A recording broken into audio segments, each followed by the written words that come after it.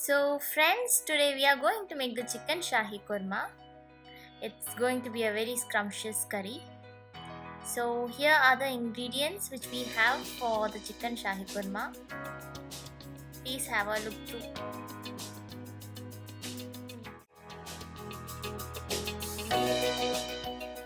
Let's start with 1 kg chicken. I pour some curd into it and we really need to mix all this up well. So before starting to marinate, we have the red chili powder 2 teaspoons.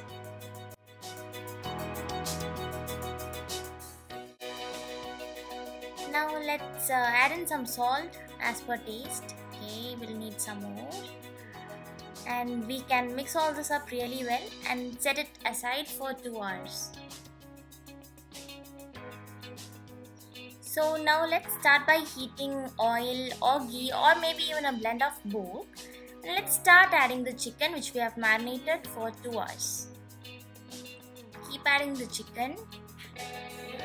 So what we have to see is that the pink color fades and it has to turn into a golden brown color.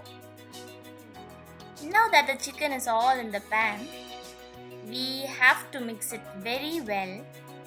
You should be able to get aroma right now. Yeah, now we have to keep it closed for 10 minutes. So the chicken has cooked for 10 minutes. We have to mix it up all again until it turns more brown. It should somewhat look like this. So let us switch off the flame now and move on to the korma preparation.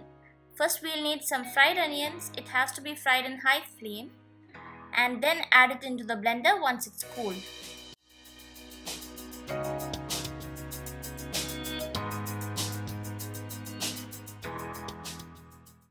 To this we can add 1 whole garlic and a medium piece of ginger. Next we'll need some soaked almonds which have been peeled. Here you go, yes. So I had some leftover marinade to which I added water and I am throwing this in. We can next add in either cumin seeds or cumin powder. Let's blend it. The korma mix is ready now. Wow, that looks good. Now let's light up the flame on the chicken again. 2 cloves, 2 cardamoms and 1 small piece of cinnamon goes in. Mix it all up. Yeah, there goes in 1 bay leaf too.